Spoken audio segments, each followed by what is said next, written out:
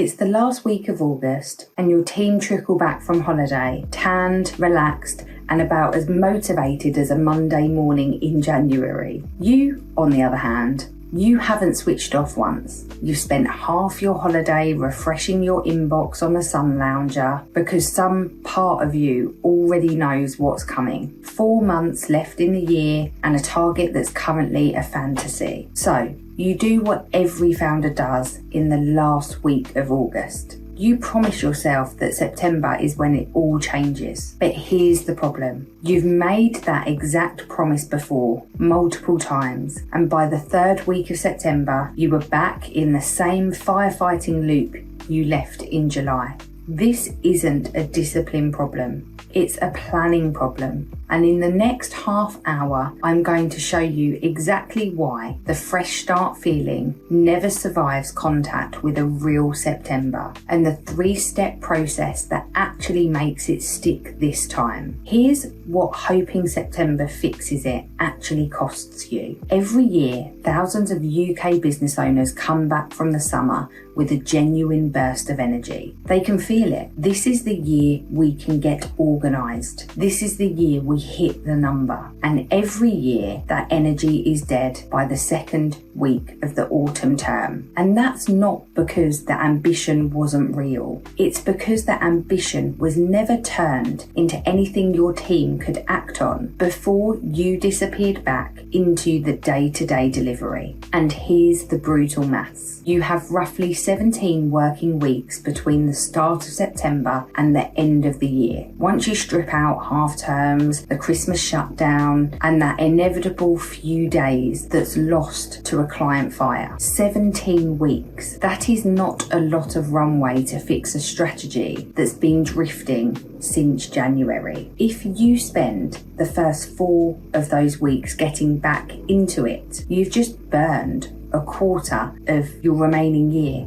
on nothing. And that's exactly what happens when your September plan lives only in your head. Your team can't execute a feeling. They can only execute a plan with numbers, owners, and dates attached to it. The businesses that finish the year strong and walk into January already ahead are not the ones with the biggest ambitions in August. They're the ones who turn that ambition into an operating rhythm before the first Monday back from the summer holidays. Welcome back. I'm Nicola, co-founder of CH4B, Central Hub for Business. We're a human-powered growth ecosystem built by business owners for business owners, helping SME leaders build profitable, secure, and genuinely fulfilling businesses. And today we're talking about Principle 1 of the CH4B Business Growth Blueprint, powerful goals for businesses' growth, how to take the vague ambition sitting in your head right now and turn it into the plan that carries your business through to December and sets up the January after that to actually be different. This is the 90-day ambition ladder. 3 steps. So let's get into it. Step 1, turn the wish into a number. Most of what business owners call a goal is actually a wish. I want a strong end to the year. I want next year to be better than this one. Both of those are wishes. They feel good to say out loud, but they mean nothing to your team on a Monday morning. A goal has 3 components. A wish doesn't have. A goal has a number, it has a date, and it has a person whose job it is to hit it. So here's the exercise I want you to do today, not in September. Take your original annual target, whatever you set back in January, and be honest about where you actually are against it right now.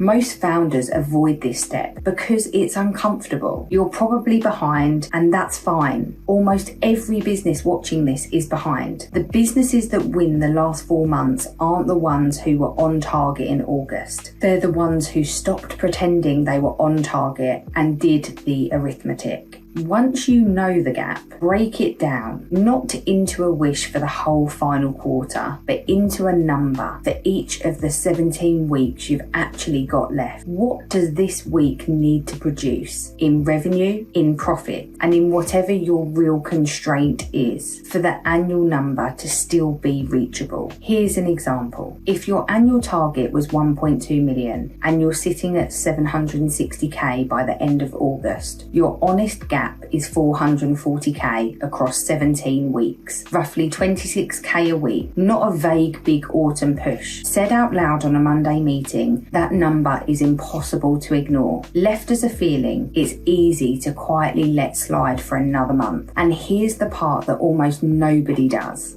Once you have the weekly number, you attach it to margin, not just turnover. I've sat with founders who hit their revenue target and still nearly went under because they hit it by discounting their way there. A goal isn't tied to profit. It's a growth strategy. It's a slower way to go bankrupt. Gap to target broken into a weekly number, tied to margin, not top line. That's step one. And do that this week before your team is even back at their desk from their summer holiday. Step two. Build the weekly rhythm that makes the number real. A number on its own is still just a wish with decimal points. What turns it into a plan is the rhythm that you build around it. The recurring, boring, unglamorous cadence of checking it every single week without fail. This is where most founders fall down. And it's not because they don't believe in accountability. It's because they build a system that only they can run. If the weekly number check depends entirely on you remembering to ask about it, you haven't built a business. You've built another job for yourself. And here's what an actual operating rhythm looks like. Every week, on the same day, at the same time, your leadership team looks at 3 things and 3 things only. Where are we against this week's number? What's the single biggest risk to next week's number? And what decision, if any, needs to be made right now to protect it? 15 minutes, not an hour of status updates and everybody reading out what they did. 3 questions answered with numbers, not adjectives. This is also where the CH4B growth scorecard becomes useful. I'll come back to that at the end because it gives you a live 12 principle snapshot of exactly where your business is leaking time, cash, or opportunity. So this weekly conversation has something real to look at instead of a gut feel. The businesses that I've watched turn a genuine bad first 8 months into a strong finish to the year all did this same unglamorous thing. They didn't have a more brilliant strategy than their competitors. They just looked at that number every single week out loud as a team and adjusted before the gap became unrecoverable. Step 3, name the owner. Every number in your weekly rhythm needs exactly one name attached to it. Not a team, not a department. One person whose job is explicitly to move that number and who knows that you will ask them about it specifically every single week. We don't own anything. I've never once seen a target owned by the sales team actually get hit on time. I've seen targets owned by one named person with real consequences attached to hitting it or missing it. Those targets get hit time and time again. This is uncomfortable because naming an owner means you might have to have a hard conversation with someone who isn't delivering. That discomfort is exactly why most founders skip this step and default back to we. And it's exactly why most September resets quietly die by Halloween.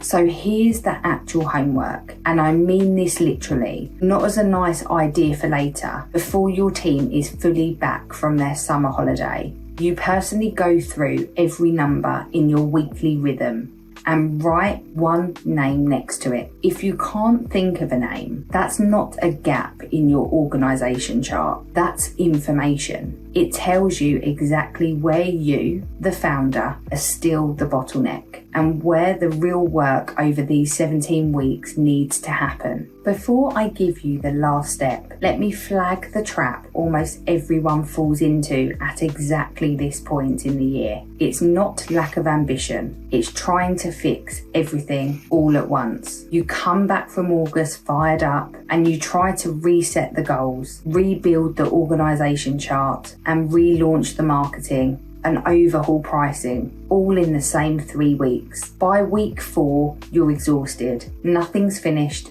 and the whole reset quietly gets shelved until next year. Pick the one number that actually determines whether this year was a win or a loss. Usually it's a profit number. Sometimes it's a specific client retention or delivery metric. Build the weekly rhythm around that one number first. You can layer in the rest once that rhythm is actually running on its own, but not before. A 90-day reset that moves one number consistently beats a 12-point transformation plan that collapses by week 3 every single time. Is your business set up to grow or stuck in survival mode? Take the 3-minute growth scorecard and find out. 12 simple questions, instant personalized growth reports, and pinpoint blind spots across 12 proven principles. Discover where you're leaking profit, time, or opportunity, and get tailored next steps to cut costs and grow faster. Click the link in the description to take it right now and subscribe to the channel, and I'll see you in the next video.